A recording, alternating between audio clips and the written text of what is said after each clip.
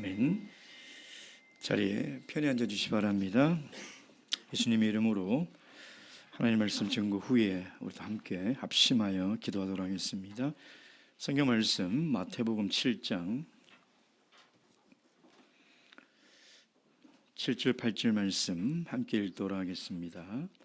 마태복음 7장 7절 8절 말씀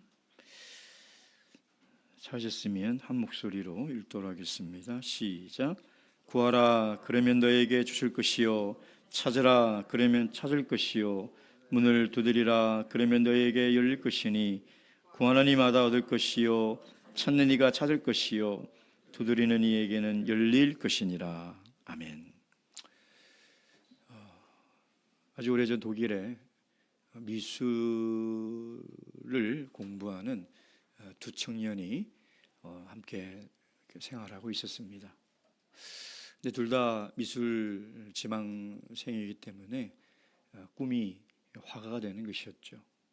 그러나 이 두 청년은 둘 다 너무나 가난해서 미술 공부를 할 수가 없는 그런 처지였습니다. 두 친구가 만나서 이제 그런 얘기를 했어요. 야, 우리가 제비를 뽑아서 이렇게 먼저 뽑는 사람이 먼저 미술 공부를 하고 나머지는 일을 해서 그 학비를 대어주고 그 미술 공부가 다 끝나면 또 바꿔서 공부를 하고 학비를 대는 걸로 하자. 그래서 제비를 뽑아서 한 친구가 당첨이 된 것이죠. 나머지 친구는 약속대로 이 친구의 뒷바라지를 위해서 식당에서 일을 하기 시작합니다. 그래서 제비를 뽑았던 친구는 열심히 미술 공부를 하며 화가의 꿈을 키워나가고 있었고요. 대학을 졸업하기 전에도 그림들이 이제 팔려나가기 시작한 것입니다. 그러던 어느 날 식당에서 일하는 친구를 찾으러 가게 된 거예요. 근데 우연히 친구가 기도하는 모습을 멀리서 보게 되었습니다. 친구가 이렇게 기도를 합니다. 주님, 저는 이미 이 험한 일을 하다 보니 이제 이 손으로는 도저히 그림을 그릴 수가 없는 것 같습니다. 하나님께 저에게 주신 그 은사를 제 친구에게 갑절로 주셔서 우리 그 친구가 더욱더 하나님의 영광을 나타내는 화가가 될 수 있도록 해주세요. 그래서 미술 공부를 하고 있는 친구가 먼 발치에서 기도하는 모습, 또 친구가 하는 기도를 듣고 이제는 한 번도 받아보지 못한 깊은 감동을 받아 그 손을 그리게 된 것이죠. 그것이 그 유명한 기도하는 손이라는 작품의 탄생의 뒷이야기입니다. 이 화가가 알베르트 듀러라는 독일 화가인데요. 얼마나 유명하냐면 독일 그 집회에도 이 사람의 초상화가 나와 있을 정도로 르네상스 시대에 정말 유명한 화가이며 판화가였습니다. 저도 이제 이 기도하는 손을 오늘 말씀 묵상하면서 쭉 보았어요. 정말 그 손이 담백하면서도 너무나 참 아름답게 다가왔습니다. 여러분, 우리가 일상을 살면서도 이런 아름다운 손들을 보지 않습니까? 특별히 참 이 어머니들이 가정에서 분주하게 사랑하는 가족들 위해서 음식을 준비하는 모습을 이렇게 가만히 보면 그 손이 그렇게 아름다울 수가 없어요. 그리고 죽어가는 사람을 살리는 그 소방관들의 그 손, 그리고 그 길가를 쓸고 계시는 청소부 아저씨들의 손, 또 환자를 치료하는 그 의사 선생님들의 손, 참 세상에 참 많은 손들이 있는데 그런 손들을 보면 참 아름답다. 근데 그 중에 가장 아름다운 손이 뭐냐? 기도하는 손이라는 것입니다. 여러분, 기도하는 손이 이 세상에서 가장 아름다운 손이에요. 여러분, 하나님이 주신 손으로 여러분 오늘 무엇을 하셨습니까? 하나님께서 만들어주신 이 손으로 여러분은 무엇을 하고 살아가고 있습니까? 만약 이 두 손으로 내 욕망을 채우고 내가 하고 싶은 일들만 하고 평생을 산다면 정말 우리 손은 아름다운 손이 될 수 있을까? 그러나 내가 매일같이 하나님 앞에 나와 두 손을 모으고 또 하나님께 늘 기도하는 그 삶을 살아간다면 여러분, 우리의 손이 얼마나 아름답겠습니까? 여러분, 아름다운 손, 이 기도의 손은요, 어쩌면 하늘의 천국 문을 열 수 있는 능력의 손인 것입니다. 우리가 이 기도하는 손은 하나님의 은혜를 받을 수 있는 축복의 통로가 될 수 있는 것이고, 내 인생에 우리의 능력으로 해결할 수 없는 수많은 문제를 해결할 수 있는 능력의 손이 되는 것이죠. 그래서 기도하는 모습이 가장 아름다운 거예요. 하나님 보시기에도 기도하려고 무릎을 꿇고 그 손을 모으고 있는 그 손은 조망만한 우리 아동부들의 손도 예쁘고 나이가 들어 다 쭈글쭈글해져 버린 그 손도 아름다운 것이고, 세상에서 참 열심히 사느라 마디가 굵어지고 참 거칠어졌지만 그래도 그 손은 이 세상에서 가장 아름다운 손이라는 것입니다. 이 기도하는 손처럼 아름다운 것이 없는 것이죠. 저도 최근에 매일같이 저녁에 한 장의 사진을 보면서 늘 행복하고 미소가 짙습니다. 여러분, 저녁 10시 넘어서 잠자리에 들기 전에 행복한 마음을 가득 안고 잠자리에 들 수 있다는 것이 얼마나 감사한 일인지 모릅니다. 이게 어떤 사진이냐면 우리 청년들이 매일 저녁 10시에 줌에서 모여서 매일같이 기도를 해요. 그리고 그 기도가 끝나면 다 그 화면에서 이제 얼굴이 나와 있는 상태로 사진을 찍어서 매일같이 올리죠. 좀 매일 들여다봐요. 너무 아름다워요, 그 모습이. 그 사진을 보면서요, 얼마나 하루 종일 직장에서 힘들었을까, 얼마나 수많은 일들을 겪으며 수많은 사람들을 만나며 이 거친 세상에서 하루를 또 피곤하게 살았을까. 그럼에도 불구하고 저렇게 아름다운 모습으로 매일같이 기도하는 그 얼굴들을 보면요, 너무나 감사합니다. 거기에 또 우리 세신자들도 있어요. 더 아름다운 것은 이제 막 중학생이 된 윤우 얼굴, 또 우진이 얼굴 볼 때마다 얼마나 기특한지 몰라요. 전 중학교 1학년 때 그렇게 기도해 본 적이 없어요. 9시면 잤어요. 근데 이 녀석들이 청년반이 됐다고, 다른 청년들도 빠지는 청년들이 있는데 얘네들은 거의 안 빠지더라고요. 물론 뒤에서 엄마의 스트레스가, 엄마의 이 푸시가 있는지 없는지는 모르겠지만, 있나요? 정말 우리 아이들이 이렇게 기도하는 습관을 평생 가졌으면 좋겠다. 저렇게 매일같이 시간을 정해놓고 장소를 정해놓고 가정에서 기도한다는 게요, 정말 쉬운 일 아니에요, 여러분. 정말 오랫동안 기도한 사람들, 신앙생활 한 사람들도 가정에서 기도 하지 못한 사람들이 너무나 많아요. 교회에 와서 기껏 예배 전 예배 후에 기도하는 것 외에는 각자 개인의 삶에서 기도한다는 것이 너무나 어렵다는 것이죠. 그래서 기도하는 이 모습이 하나님과 사람들 앞에 가장 아름다운 모습이기 때문에 마귀는 꼴도 보기 싫은 거예요. 우리가 기도하는 것을 가장 싫어하는 거예요. 왜? 기도한다는 것은 하나님과 가까워져 간다는 것이고, 기도한다는 것은 하나님을 닮아가는 것이고, 기도한다는 것은 하나님의 능력을 받아 살아간다는 것이거든요. 그러니까 하나님은 그래서 사탄은 그것을 원천적으로 그 통로를 차단하고 싶은 것이죠. 이런 얘기가 있습니다. 아주 유명한 영성학자 C.S. 루이스의 책에 보면 이런 이야기들이 있어요. 고참 사탄이 이제 막 사탄의 이 나라에 들어온 신입 사탄에게 몇 가지 전술을 가르쳐줘요. 그러면서 이 고참 사탄이 이 신입생들에게 뭐라고 그러냐면, 야, 그리스도인들이 절대 기도하지 못하게 막아야 된다. 무슨 수를 써서라도, 어떤 것을 희생해서라도 저들이 무릎을 꿇고 기도하는 것을 막아야 된다. 그렇게 가르치는 거죠. 왜? 그들이 기도하면 그들을 이길 수가 없다는 거예요. 그들이 무릎 꿇고 기도하는 순간 사탄은 질 수밖에 없다는 것이죠.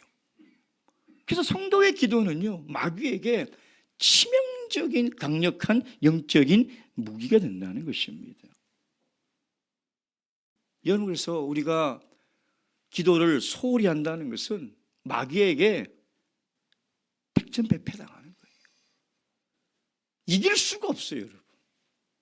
아니, 내가 기도를 안 하면서 마귀의 유혹에 왜 이렇게 자꾸 넘어가지? 라는 질문 자체가 어리석은 것이죠.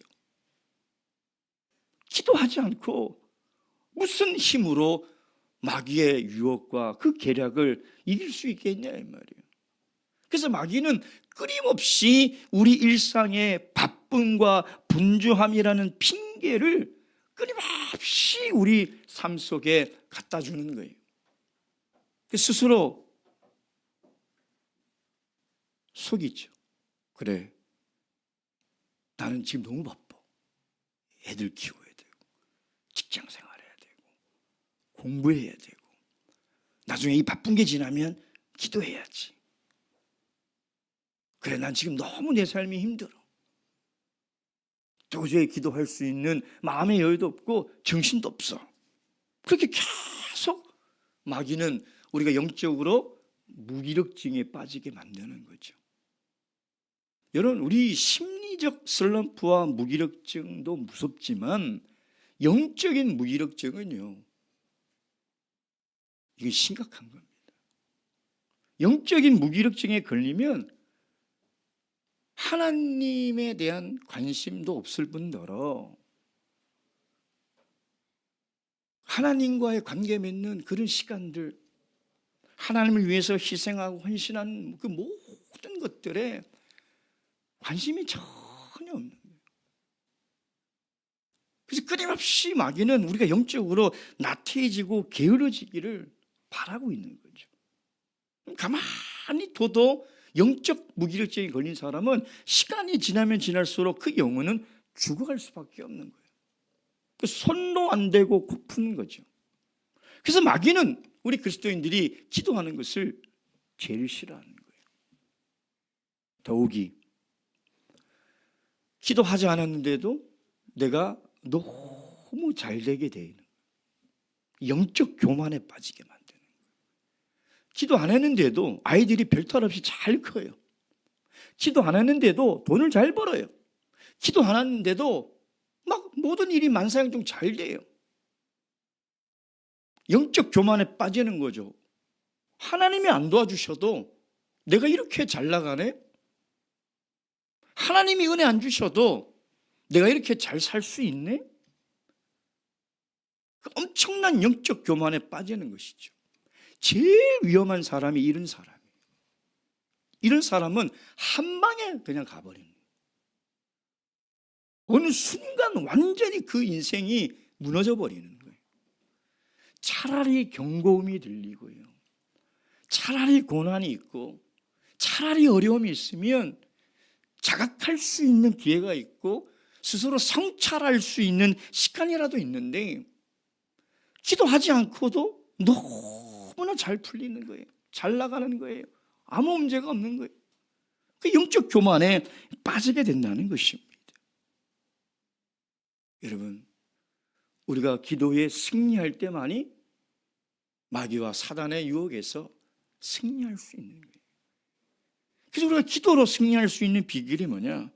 오늘 7절 말씀 다시 한번 읽겠습니다. 시작. 구하라 그러면 너에게 주실 것이요, 찾으라 그러면 찾을 것이요, 문을 두드리라 그러면 너에게 열릴 것이니. 왜 그냥 구하라 기도하라 라고 하면 되는데 왜 이렇게 마태는 점층적으로 이야기를 하고 있는 것일까요? 구하라, 그건 기도에 대한 태도를 말하는 거죠. 하나님께 간구하는 태도죠. 찾으라, 좀 더 적극적인 거죠. 그리고 두드리라, 더 적극적인 것이죠. 이렇게 점층적으로 이야기하는 것은 뭐냐면 간절히 기도하라는 거예요. 간절히 기도하라. 여러분, 우리가 기도를 할 때 가장 중요한 게 있다면 간절함이에요. 간절함. 저도 목회를 하면서 제 스스로 참 두려울 때가 있는데 그 중에 하나가 뭐냐면 나에게 간절함이 사라져가고 있다고 느낄 때, 하나님의 말씀에 대한 간절함, 하나님 나라에 대한 간절함, 영적인 간절함이 식어가고 있고 무뎌가고 있고 그 간절함이 사라져가고 있다고 생각할 때 그게 제 스스로 너무 무섭고 두려운 거예요. 여러분, 간절함이 없는 기도는요, 그는 허공을 외치는 메아리 같은 거예요. 정말 우리가 기도할 때 하나님께 간절히 구해야 돼요. 그래서 간구라는 히브리어 단어는 그냥 단지 말이나 언어로 하나님께 아뢰는 그런 마음의 표현이 아니라 영혼 깊숙이부터 올려나오는 믿음의 외침이에요. 여러분, 우리가 간절함이 없이 기도하는 그 기도는요, 하늘에 상달하는 힘이 없어요. 그리고 본인도 간절함 없이 하는 기도는 자기가 무슨 기도를 했는지 돌아서면 잊어버리는 거예요. 우리가 하나님께 구할 때 정말 간절함이 있어야 돼요. 내가 하나님께 무엇을 구하든, 하나님께 무엇을 아뢰든 정말 그 마음속에 간절함이, 깊은 내 영혼에서부터 하나님께 소리치는 그 믿음의 아우성이 있어야 된다는 거예요. 여러분, 구약에 우리 그 한나라는 여인 보세요. 자식을 낳지 못하자 어떻게 기도합니까? 얼마나 간절히 기도했으면 그 제사장이 술에 취했다라고 생각을 하냐 이 말이에요. 얼마나 간절히 기도했으면. 여러분, 예수님께서 겟세마네 동산에서 기도할 때 얼마나 간절히 기도합니까? 얼마나 간절히 기도하면 그 땀방울이 피로 변하도록 간절히 기도하냐 이 말이에요. 또 우리 창세기에 보면 야곱이 이제 외삼촌 라반 집을 떠나서 많은 재물을 얻고 또 우리 자녀와 그 처를 데리고 고향으로 돌아가지 않습니까? 근데 그 야복강 나루에서 어떤 소식이 들려와요? 그 오래전 그 형의 장자의 축복권을 빼앗아 가서 자기를 죽이려고 했던 형 그 에서가 자기를 죽이려고 지금 군사들을 이끌고 쫓아오고 있다는 소리를 듣게 되지 않습니까? 맞설 수도 없고 야복강을 건널 수도 없는 정말 진퇴양난의 그 시간 속에서 하나님의 사자와 씨름을 하죠. 얼마나 간절히 씨름을 했겠냐 이 말이에요. 생명을 걸고 간구했을 거예요. 그잖아요? 아이고, 들어주려면 들어주고 말려면 마세요 라고 했을까요? 아니죠. 들어주지 않으면 한 발짝도 가지 못합니다. 차라리 갈 것 같으면 저를 죽이고 가세요라는 그런 간절함으로 간구하지 않습니까? 그때 주의 사자가 야곱에게 뭐라고 물어보니까 너 이름이 뭐냐? 지금 이름을 몰라서 물어보겠습니까? 아니죠. 그 간절히 기도할 때 너 이름이 뭐냐라고 물어보는 것은 그 네가 지금까지 살아왔던 정말 야곱이라는 이름처럼 살아왔던 그 삶을 되돌아보라는 거예요. 움켜쥐는 자. 여러분, 야곱은 하나님 없이도 훌륭한 가정을 이뤘어요. 유복해서 자녀들도 많이 낳았고요. 그리고 하나님 없이도 재물을 많이 모았어요. 지금으로 얘기하면 성공한 가정이라는 거예요. 근데 그는 하나님의 백성임에도 불구하고 하나님이 없는 삶을 살았다는 거예요. 즉 기도하지 않고 살았다는 거예요. 기도하지 않고 그냥 탐욕에, 자기의 노력에, 자기의 욕심에 그렇게 살아왔다는 거예요. 근데 그날 야복강에서 하나님이 그의 환도뼈를 치고 그의 이름을 뭐로 바꿔줍니까? 이스라엘이라고 바꾸잖아요. 그 간절히 기도했던 그 야복강의 그 시간이 야곱의 인생이 전환되는 기점이었다는 거예요. 여러분, 정말 우리 인생이 하나님이 인정하는 삶과 신앙인으로 변화되기 위해서는요, 이런 간절함을 가지고 하나님께 기도해야 한다는 것입니다. 그때 하나님께서는 우리의 기도를 들어주시는 것이죠. 오늘도 우리가 기도할 때에 정말 하나님 우리 마음속에 간절함을 회복시켜 주시고